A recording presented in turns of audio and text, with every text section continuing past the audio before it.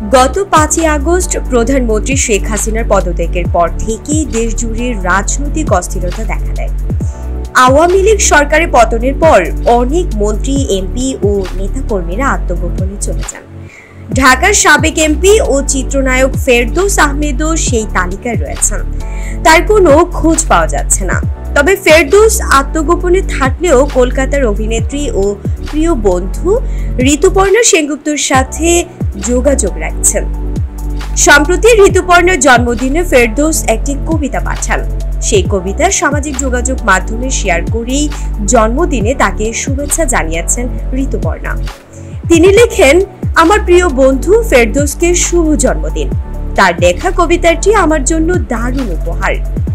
ফেরদৌসের লেখা কবিতাটি ঋতুপর্ণার সিনেমা পুরাতন এর সাফল্যকে কেন্দ্র করে লেখা। সিনেমাটি মুক্তি পেয়েছে চলতি বছরের এপ্রিল মাসে।